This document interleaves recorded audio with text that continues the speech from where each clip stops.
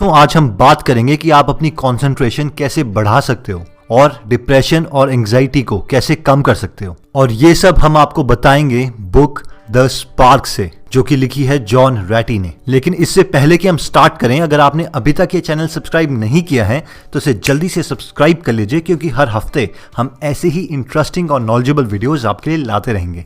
चलिए स्टार्ट करते हैं। Mister John Ratey clinical professor of psychiatry हैं हार्वर्ड मेडिकल स्कूल में। और ऑब्वियसली आप जानते हैं कि हार्वर्ड यूनिवर्सिटी से ही माइक्रोसॉफ्ट के मालिक बिल गेट्स पढ़े हैं और फेसबुक के मालिक मार्क जकरबर्ग पढ़े हैं। और मिस्टर जॉन रैटी, जो कि हार्वर्ड मेडिकल स्कूल में एक एसोसिएट प्रोफेसर हैं, उनकी रिसर्च पूरी दुनिया मान रही है और उससे फायदा उठा रही है। अगर कभी भी हमारी बॉडी में कोई इमोशन पैदा होता है, किसी भी चीज को हम फील करते हैं, तो सारे मेडिकल फील्ड वाले बोलते हैं कि आपकी बॉडी ने एक पर्टिकुलर केमिकल रिलीज किया जिसकी वजह से आप ये फील कर रहे हैं। फॉर एग्जाम्पल, अगर आपकी बॉडी एड्रेनलिन, ऑक्सीटोसिन, सीरोटोनिन और डोपामिन रिलीज करती है तो आपको लगेगा कि आपको प्यार हो चुका है। और अगर आपकी बॉडी में केमिकल इम्बैलेंस हो गया है या फिर कोई न्यूरोट्रांसमीटर्स कम हो गए हैं तो आपको लगेगा कि आप बहुत ज्यादा डिप्रेस हो चुके हैं, दुखी हो गए हैं।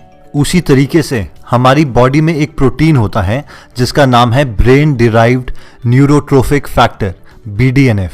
1990s में जब साइंटिस्ट ने प्रिजर्व्ड ब्रेन सेल्स में BDNF डाला तो उसके ब्रांचेस ग्रो करने लगे। और 15 सालों की रिसर्च के बाद साइंटिस्ट को पता चला कि हम इंसान कोई भी नई चीज तब ही सीख सकते हैं जब हमारे ब्रेन सेल्स ग्रो करें। यानी हमने ABCD भी तब सीखी जब हमारे ब्रेन सेल्स ग्रो करे थे। हमने कंप्यूटर चलाना भी तब सीखा जब हमारे ब्रेन सेल्स ग्रो करे हैं। यानी हर बार जब हमारे ब्रेन सेल्स ग्रो करेंगे तो ही हम नई चीज सीख पाएंगे। अब सवाल ये आता है कि हम अपनी बॉडी में BDNF को इंक्रीज कैसे करें, क्योंकि अगर हम अपनी बॉडी में BDNF इंक्रीज करते हैं तो हमारे ब्रेन सेल्स ग्रो करेंगे, और अगर हमारे ब्रेन सेल्स ग्रो करते हैं तो हमारी कंसंट्रेशन इंक्रीज हो जाएगी और हमारी लर्निंग कैपेबिलिटी बढ़ जाएगी और हमारा डिप्रेशन और एंजाइटी कम हो जाएंगे। ऑब्वियसली इसका एक शॉर्ट सोल्यूशन है कि आप एंटी डिप्रेशन मेडिसिन लें, जो कि हम आपको सजेस्ट नहीं करेंगे और ना ही हम उनका नाम लेंगे। और इसका दूसरा जो सबसे सिंपल और इंटरेस्टिंग आंसर है वो है एक्सरसाइज। जब भागते हुए चूहों के ऊपर एक्सपेरिमेंट किया गया तो देखा गया कि उनका BDNF 2 से 3 टाइम्स इंक्रीज हो जाता है। और ये BDNF एक्ट करता है एज अ ब्रेन फर्टिलाइजर। इस बुक में इसे मिरेकल ग्रो का नाम भी दिया गया है, जिससे लर्निंग कैपेबिलिटी बहुत ज़्यादा इंक्रीज हो जाती है। और ये एंटी डिप्रेसेंट का भी काम करता है और बहुत सारी मेडिसिन में ये BDNF ही होता है। ये सब स्टार्ट हुआ जब जॉन रैटी, इस बुक के ऑथर, ने बॉस्टन में स्टे किया। उस वक्त बॉस्टन में मैराथन चल रहा था और कुछ लोग उस रनिंग में हिस्सा नहीं ले पा रहे थे अपनी इंजरीज के कारण। अब हुआ ये कि वो सारे के सारे मैराथन रनर जो उस रनिंग में हिस्सा नहीं ले पाए, सब में सेम सिम्टम्स आने लगे, जैसे कि बहुत ज़्यादा डिप्रेस हो जाना, किसी चीज़ पे कंसंट्रेट ना कर पाना। इतना ही नहीं, वो अपनी हर चीज़ को टालने लगे, नहीं कल करेंगे यार, परसों करेंगे। और उन लोगों में शामिल थे दुनिया की जानी मानी हस्तियां, जैसे कि इवन MIT के प्रोफेसर्स, जो लाइफ में बहुत ज़्यादा डिसिप्लिन रहे हैं और कभी भी अपने काम को पोस्टपोन नहीं किया, कभी भी अपने काम को नहीं टाला। ये सब जॉन रैटी को बहुत अजीब सा लगा। क्या ये सारी चीज़ें एक्सरसाइज से कनेक्टेड तो नहीं? फिर क्या था, उन्होंने एक्सपेरिमेंट्स की लाइन लगा दी। जैसे कि कॉलेज और स्कूल स्टूडेंट्स को 2 ग्रुप में डिवाइड किया गया।